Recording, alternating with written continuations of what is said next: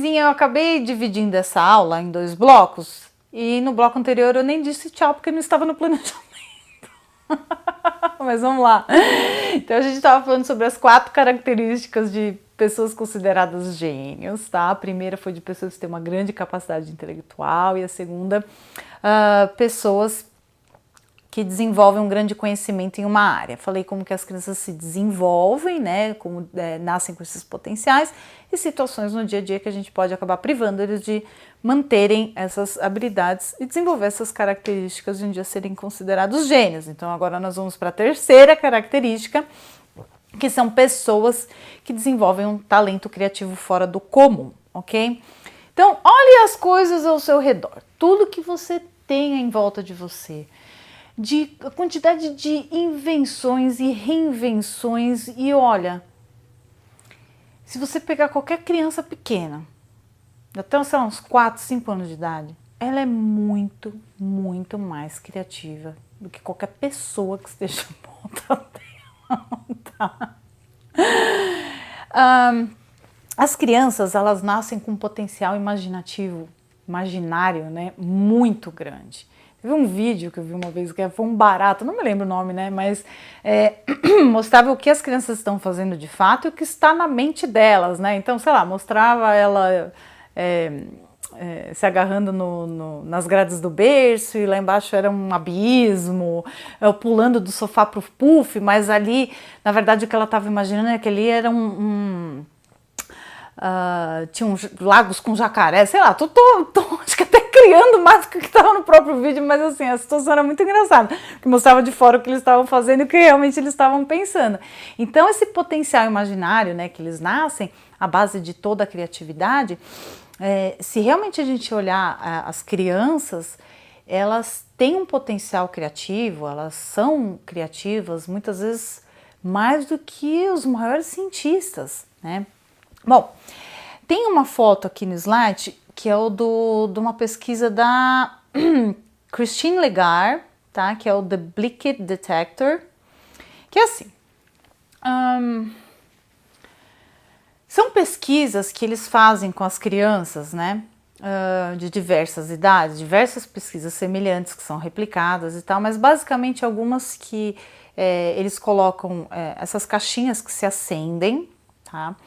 E aí existe, vamos supor, o pesquisador mostra para a criança o que você precisa fazer para aquela caixinha acender.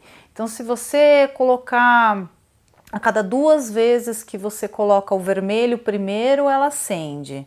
A cada 2 vezes de 6 tentativas. E se você colocar o amarelo, ele acende a cada 4 de 6 vezes, sei lá, estou chutando um número aqui. Então, pesquisas dessa natureza, a gente começa a ver como as crianças elas começam a fazer cálculos, né, de probabilidades muito complexos. E aí vão pesquisas dessas naturezas, né, a gente vê a capacidade criativa que a criança tem. Então, vamos supor que você coloque, dê para a criança, nesses testes, né, vamos supor, você pega uma criança de 4 anos, grupos de crianças de 4 anos de idade, você dá as 2 caixinhas e vai falar para elas acender essas caixinhas. Então ela vai lá e ela coloca primeiro o bloquinho vermelho, o amarelo em cima e o vermelho acende. Então o que ela vai fazer? Ela vai testar o mesmo no outro. Então ela vai colocar primeiro o amarelo, depois o vermelho. Puxa, o outro não acendeu. Aí ela começa, aí ela troca. Pega os 2 que estavam aqui, coloca no daqui. Não, peraí, tem que virar do lado de cá, vira do cá, e não acendeu. Então peraí, então esse aqui tá sem energia.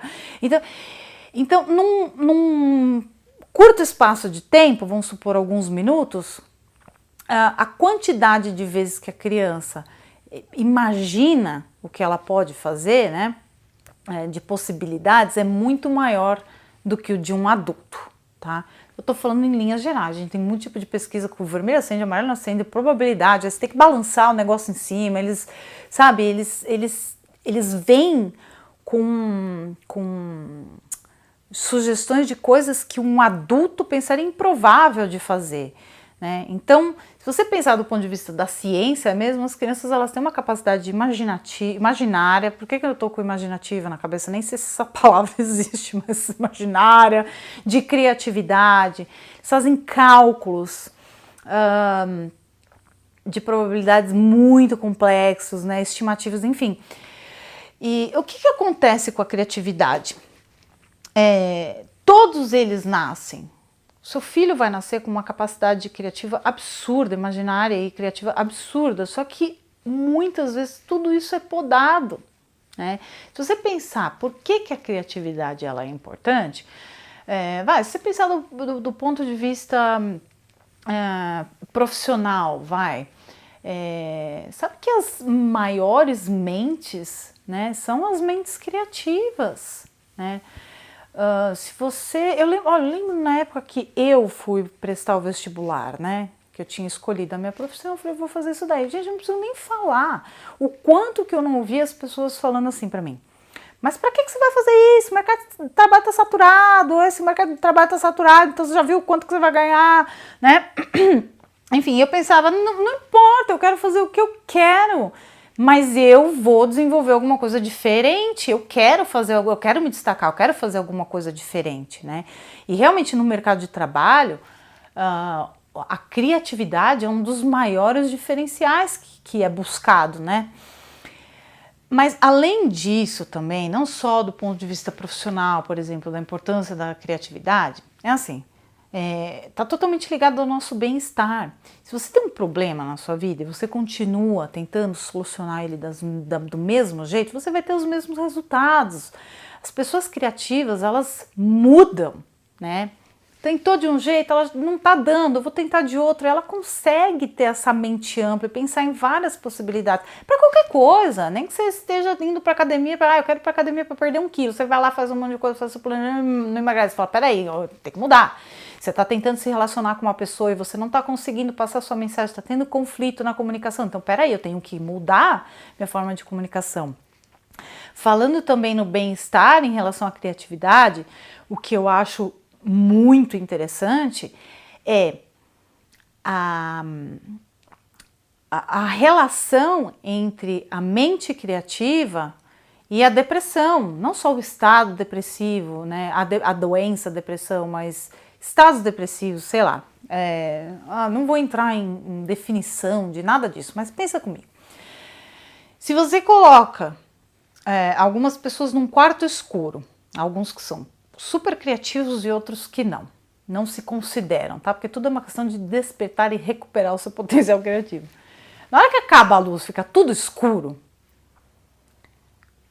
um grupinho vai estar reclamando. Ai, agora? Ai, vai ficar no escuro, quanto tempo eu vou ficar no escuro? Ai, socorro! Assim, os criativos não tiveram nem tempo de pensar no problema, eles já estão buscando a solução.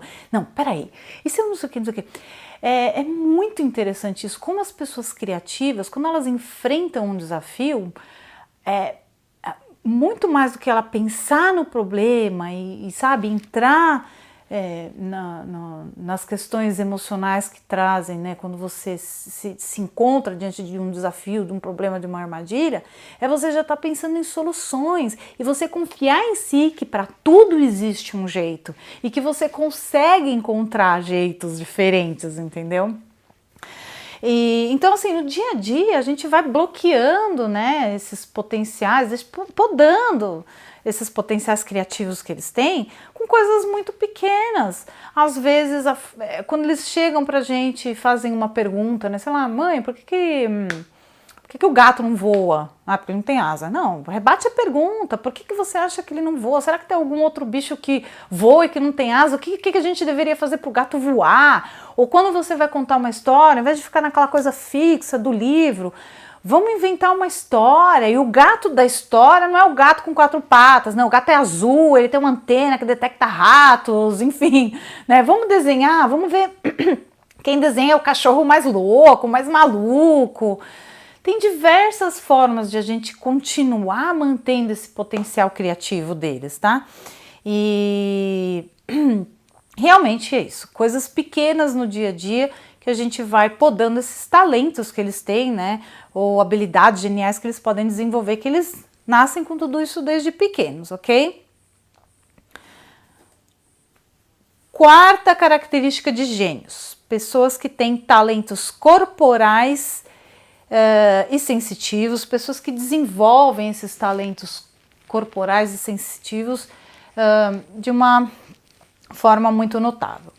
Então, pensando em talentos corporais, artistas em geral, tá, gente?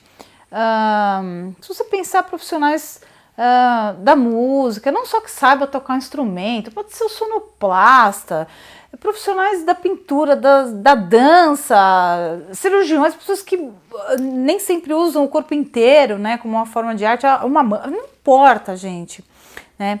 A questão é a seguinte, que todos nós somos dotados de mesmas habilidades físicas, certo? Todos nós podemos desenvolver todas essas habilidades. É lógico que em algumas pessoas a gente vê essas características poderem ser desenvolvidas de uma forma muito mais natural, como sendo elas os seus dons, mas todos nós podemos desenvolver as mesmas habilidades, ok?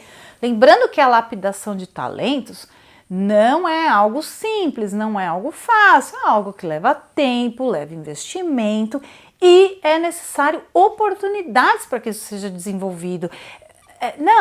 Primeira oportunidade para que você descubra isso e aí desenvolver isso, né? Eu coloquei aqui a questão de crianças problema, né? E a foto aqui embaixo de uma peça teatral.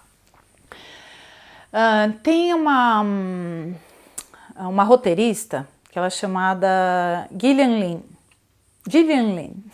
Espero estar pronunciando corretamente. Tá? Acho que é Gillian Lynne mesmo. E o que aconteceu? Ela, lá na década de 30, ela era aquela famosa criança problema, né? Que a mãe recebeu a carta da escola dizendo que ela devia procurar um profissional, que ela devia ter algum distúrbio de atenção, né? Por quê? Não parava quieta na sala de aula, atrapalhava todo mundo, a letra dela era um garrancho, né? E aí essa mãe foi levar ela num profissional, tá? Aí o que aconteceu? Eles entraram, né? A mãe dela, ela entrou na sala desse profissional e a mãe começou a contar tudo o que estava acontecendo, tá? E nesse meio tempo, a menina estava sentada como, né? O profissional que descreve essa história, ele falou que ele via ela com as mãozinhas embaixo do bumbum, assim, e os pés mal encostavam o chão. E quando você olha uma pessoa, uma criança assim, você percebe que ela mesma está se algemando. Ela sabe que ela não pode se movimentar, ela sabe que ela não pode fazer bagunça, então ela já prende as mãozinhas, né?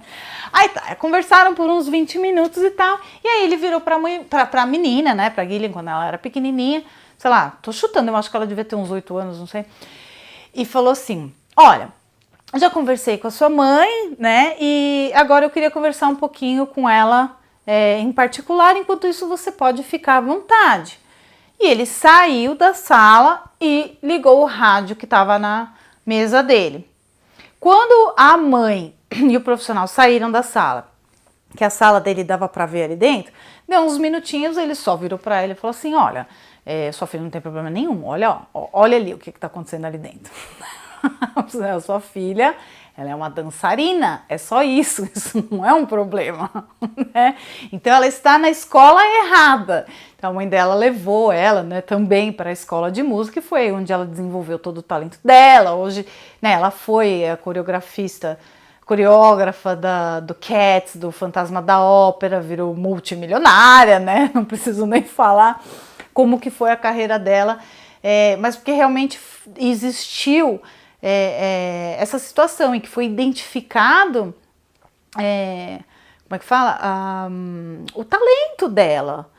Então, por que eu contei essa história? Não estou falando aqui que crianças que são consideradas com déficit de atenção, hiperatividade, não vou entrar nem no assunto, tá? Mas o que eu quero dizer para você é o seguinte, que existem pessoas onde o talento está no movimento. Pessoas que precisam se movimentar para pensar, para colocar todo o talento criativo dela para fora, para colocar todo o talento corporal dela para fora. Entende o que eu tô falando? Bom, e outra coisa também que eu coloquei junto nessa característica, né, na quarta, de talentos corporais, além do corporal, os sensitivos também, eu tô falando sobre as questões das habilidades emocionais, como os bebês, eles já nascem com essas habilidades, lógico que devem ser lapidadas, mas inatas de forma muito impressionante, a forma com que eles expressam essas emoções e começam a lidar com elas, e muitas coisas que a gente faz no dia a dia que não deixa, que a gente não incentiva as crianças a continuarem identificando as emoções delas, a nomearem, saberem como lidar com cada uma delas, né? Como, por exemplo, a criança chora porque a avó foi embora, saiu de casa, foi chorar, aí ao invés de, tudo bem, o que você está sentindo é tristeza, pode chorar, então como que a gente pode fazer? Então vamos tentar ligar para a vovó depois, mais tarde, mas nomear aquela emoção, deixar a criança sentir que está tudo bem ela sentir aquilo, como que ela pode lidar com aquela emoção, ao invés de tapear, então a vovó foi embora e olha o passarinho, olha o avião, né? Lógico que tem situações que a gente vai, não tem problema algum a gente distrair as crianças, mas a gente perde muitas oportunidades em mostrar para elas o que elas estão sentindo, dar nome e lidar com cada uma das emoções. Olha, isso que você está sentindo é medo, isso que você está sentindo é raiva, e mostrar como lidar com cada uma dessas emoções, né? Porque a diferença que acaba acontecendo entre os indivíduos é as pessoas que elas sabem identificar suas emoções e sabem usar suas emoções como molas propulsoras para elas atingirem o que elas querem na vida, conquistar seus objetivos, seus sonhos, né? A diferença entre as pessoas que conseguem fazer isso e as pessoas que não se usam das suas emoções e acabam se tornando até o que eu chamo de latas de lixo emocional, pessoas que, eu não fiz isso da vida por causa de fulano, por causa de ciclano, né? Enfim, não vamos entrar muito no detalhe, mas então essa muitas vezes está entre a diferença entre o sucesso e o fracasso. Aqui no slide eu coloquei embaixo, né, estímulos das IM e IE no lar. O que é IM? É a sigla que eu usei para tratar das inteligências múltiplas, alguns falam múltiplas inteligências, tá? E a IE é a inteligência emocional. Então, como eu comentei um pouquinho antes nessa aula, foi no primeiro bloco dessa aula,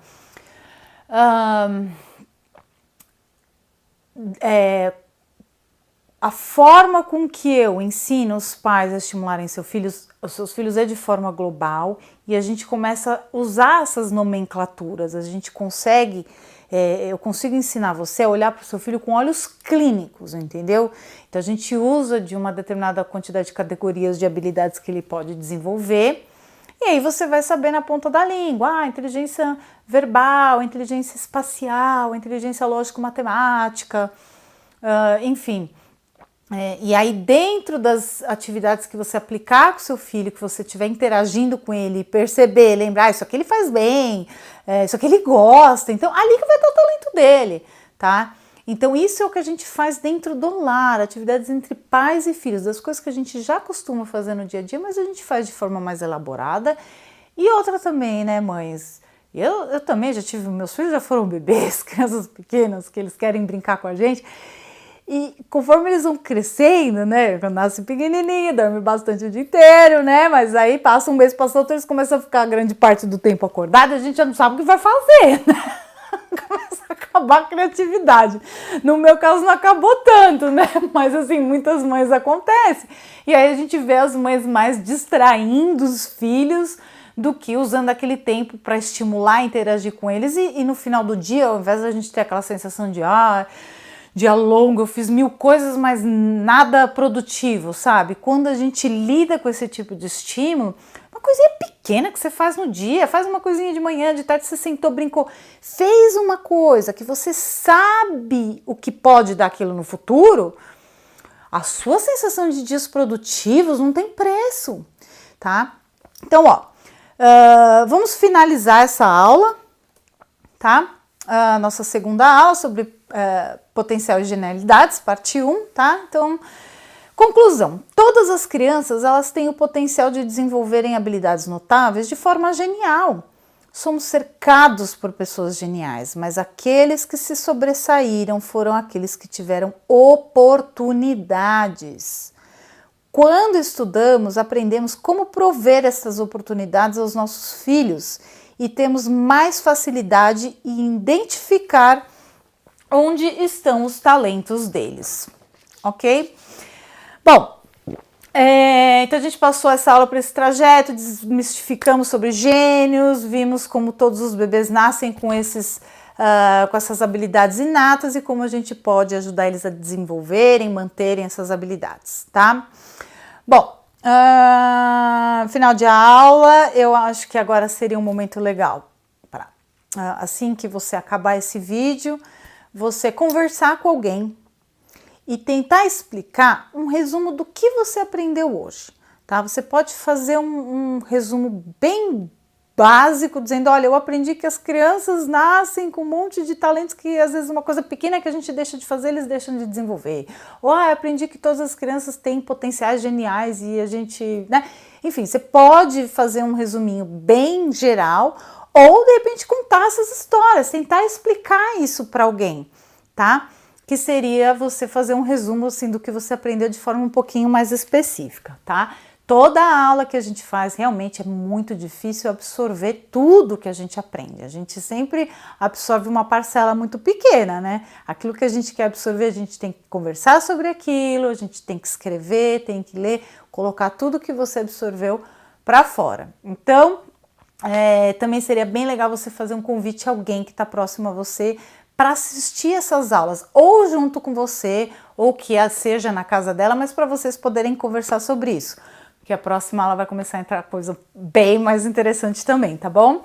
E, bom, siga os nossos canais para você ter acesso a todo o material que eu for construindo para incrementar essa aula, tá? E entre em contato com a gente, deixa sua dúvida, sugestão, temas que você gostaria de ouvir mais.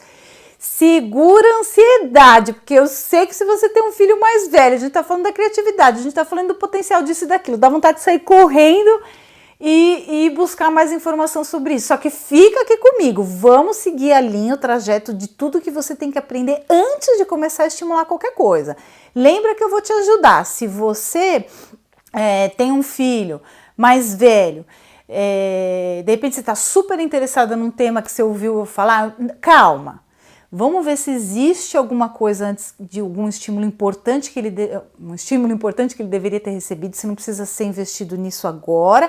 E aí no seu próprio tempo a gente vai desenvolver tudo isso que você tem vontade dentro do plano de estimulação personalizado que a gente vai construir juntos, tá bom? Para a gente conseguir desenvolver seu filho de forma global, dar apoio para tudo e você aprender exatamente como que a gente vai desenvolver os dons e talentos deles, ok? Te vejo na próxima aula, então. Até!